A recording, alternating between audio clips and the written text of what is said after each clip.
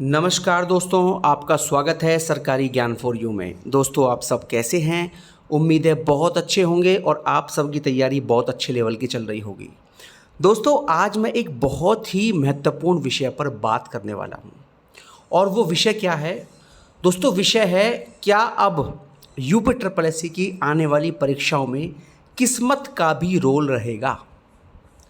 और ये बात मैं क्यों बोल रहा हूँ, किस लिए बोल रहा हूँ, उसके पीछे वजह क्या है, सब कुछ आपको इस वीडियो में बताने वाला हूँ। इसलिए आप सबके लिए ये वीडियो बहुत काम का होने वाला है, इसलिए वीडियो पूरा देखें, बिल्कुल भी स्किप ना करें। तो भैया, पिछले लगभग 5 महीनों में यूपी ट्रिपल एससी की परीक्षाओं का लेवल लगातार बढ़ता जा रहा है। इस बात में कोई दो राय नहीं है और आप सब जानते होंगे। और जहाँ तक मुझे याद है कि दिसंबर में यूपी ट्रिपल एससी ने परीक्षाएं करवाना शुरू किया था। कुछ परीक्षाएं दिसंबर में हुई, जनवरी में हुई, फरवरी में हुई और आपका अप्रैल में हुई, और शायद मार्च में भी एक परीक्षा हुई थी। अप्रैल में 2 परीक्षा हुई थी, एक तो 13 अप्रैल को मंडी सचिव और एक 27 अप्रैल को वीपीओ। तो दिसंबर से लेकर अप्रैल तक जितनी भी परीक्षाएं हुई हैं, यूपी ट्रिपल एससी का परीक्षाओं का लेवल लगातार बढ़ता जा रहा है और अप्रैल में जो परीक्षाएं हुई हैं उनका लेवल बिल्कुल चरम पर पहुंच चुका था। यानी कि वीपीओ और मंडी वाला जो एग्ज़ाम हुआ था, इन दोनों का जो लेवल था बिल्कुल चरम सीमा पर पहुंच चुका था। यानी कि बहुत तगड़ा लेवल था पेपर का। और ये बात भी बिल्कुल सत्य है कि इन दोनों परीक्षाओं में बहुत सारे प्रश्न ऐसे थे जो किसी भी कोचिंग वाले ने नहीं कराए हैं और ना ही किसी बुक से आपको मिल पाएंगे। ठीक है, आप सबने एग्ज़ाम देखा होगा और एग्ज़ाम दिया भी होगा, लेकिन जो एग्ज़ाम देता है ना, उसको ज़्यादा पता रहता है कि इसका लेवल क्या है। ठीक है, और जो बच्चों ने मुझे बताया, एग्ज़ाम देने वाले बच्चों ने, और जिन्होंने पैट में बहुत ही अच्छा परसेंटाइल किया था, मैं दोस्तों उन बच्चों की बात कर रहा हूँ जिनका 99 परसेंटाइल था ना पैट 2023 में और 2022 में। मैं उन बच्चों की बात कर रहा हूँ जिन्होंने मंडी और वीपीओ दिया है।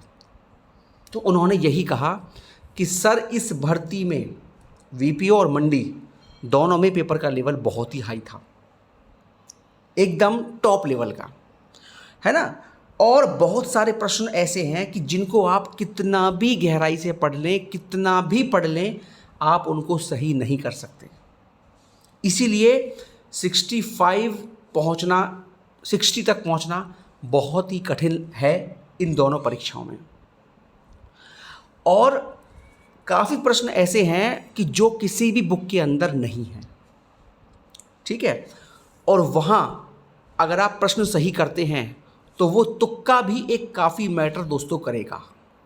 कोई माने या ना माने, यहाँ तुक्का भी सिलेक्शन दिलाने में बहुत बड़ा रोल निभाएगा। सपोज कीजिए परीक्षा में 30 प्रश्न ऐसे हैं जो किसी भी किताब के अंदर नहीं हैं, तो उनमें हर बच्चा तुक्का ही मारेगा। कुछ तुक्का है, कुछ कॉमन सेंस है, कुछ ऑप्शन को अलग करने वाली बात है, वो ठीक है। देखिए, जो बच्चा मेन एग्ज़ाम देने जा रहा है ना, वो बच्चा सभी पढ़ने वाले हैं, कोई भी कमज़ोर नहीं है। और जिस तुक्के की आप बात कर रहे हो, वो गैस सभी लगा लेते हैं, ऑप्शन को अलग सभी कर लेते हैं, और ये जो है कॉमन सेंस सभी लगा लेते हैं, क्योंकि सारे बच्चे पढ़ने वाले हैं। अब यहाँ किस्मत का रोल दोस्तों ये रहेगा कि सपोज कीजिए 30 सवाल ऐसे हैं कि जिनमें जो प्रश्न आपको किसी बुक के अंदर देखने को नहीं मिलेंगे। तो इन 30 प्रश्नों में तुक्के में एक छात्र 10 सही कर देता है और एक छात्र 15 से 18 सही कर देता है। तो यही डिफरेंस रहेगा सफलता और असफलता के बीच। ठीक है, तो यहाँ किस्मत भी एक अच्छा खासा रोल इन भर्तियों में निभाने वाली है ना। और ये बिल्कुल बात 100% मैटर करेगी, क्योंकि देखिए, तुक्का तो किसी का भी ठीक हो सकता है, और यहाँ केवल तुक्के से भी काम नहीं चलेगा, मेहनत प्लस तुक्का दोनों चीज़ें काम करेंगी दोस्तों। अगर आप कहने लगो कि भैया मैं तो केवल तुक्के के ऊपर जाऊँगा एग्ज़ाम देने, तो आप बिल्कुल फेल हो जाओगे, क्योंकि तुक्के में आप एग्ज़ाम देने जा रहे हो ना, तो केवल 100 में से आप 40 नंबर ला सकते हो, इससे ज़्यादा नहीं। लेकिन पढ़ने वाला 40-45 तो 50 तो वैसे ही ला रहा है मेहनत के बल पर, और प्लस तुक्का उसका साथ देगा, तो वो सिलेक्शन की श्रेणी पर खड़ा रहेगा। तो मेहनत और तुक्का दोनों यहाँ काम करेंगे, है ना। अगर आप केवल तुक्के के ऊपर जाओगे निर्भर होकर, तो आप एग्ज़ाम से बाहर हो जाओगे। आपने मेहनत की है 100 में से 50 की, बाकी आपका तुक्का साथ देगा, तो आप आराम से 60-65 तक पहुंच सकते हैं और आप सिलेक्शन की श्रेणी में खड़े हो सकते हैं, है ना। तो मेहनत तो खैर है ही है, इसमें कोई दो राय नहीं है दोस्तों, बिल्कुल इसमें कोई शक नहीं है। मेहनत तो करनी है, लेकिन अच्छी खासी मेहनत करने के बाद भी आपको किस्मत का साथ होना बहुत ज़रूरी है। यानी कि आप बिल्कुल उस ऑप्शन पे टिक लगाएं जो बिल्कुल सही बैठे। अब आप कैसे भी लगाएं, चाहे वो आपको ऑप्शन अलग करके लगाएं, चाहे कॉमन सेंस का यूज़ करके लगाएं, कैसे भी लगाएं। तो यहाँ दोस्तों तुक्के का भी रोल अच्छा खासा इन दोनों भर्तियों में रहने वाला है, ठीक है। वही बात मैंने बताई, किसी के 30 में से 5 तुक्के सही हो गए, किसी के 10 हो गए, किसी के 15 हो गए, किसी के 18 हो गए, ये भी होता है। तो यहीं केवल बच्चा सिलेक्शन से इन और आउट हो जाएगा, ठीक है ना। दोस्तों आज हम बात करने वाले हैं UP GNM GET entrance exam 2025 के प्रैक्टिस सेट को लेकर। दोस्तों अगर आप भी 2025 में यूपी जीईटी एंट्रेंस टेस्ट 2025 में देने वाले हैं, तो ये प्रैक्टिस सेट आप ज़रूर लें जो चक्षु प्रकाशन ने लॉन्च किया है, ठीक है। इसकी खासियत क्या क्या है ये आपको बता दूं मैं। दोस्तों इस प्रैक्टिस सेट में कुल मिलाकर 20 प्रैक्टिस सेट दिए हुए हैं, ठीक है। और हर प्रैक्टिस सेट की सबसे पहले आपके ये प्रश्न है आपके सामने, और उसके बाद ये आपके 100 प्रश्न हैं, उसके बाद इनके नीचे आंसर दिया हुआ है और हर प्रश्न का व्याख्या सहित हल दिया हुआ है, जिससे आप अपनी तैयारी को परख सकते हैं, जान सकते हैं आप कहाँ कहाँ गलती कर रही हैं, ये बिल्कुल अच्छे तरीके से अपनी कमियों को दूर कर सकते हैं।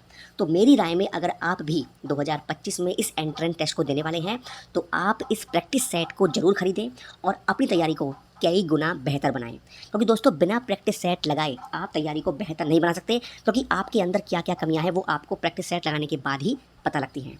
और यहाँ जो आपकी गलतियां होती हैं उनको आप व्याख्या सहित पूरा पढ़ सकते हैं और पता लगा सकते हैं कि आपका अंदर किन किन चीज़ों में, किन किन टॉपिक्स में कमी आ रही है।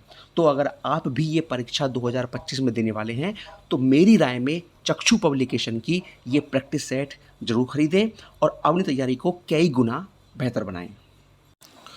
और दोस्तों एक बात और, यूपी जीएनएम का एक स्टडी गाइड भी आता है, ये भी आप अवश्य खरीदें, जो आपकी तैयारी में बिल्कुल 4 चांद लगा देगा और बहुत ही रामबाण साबित होगा।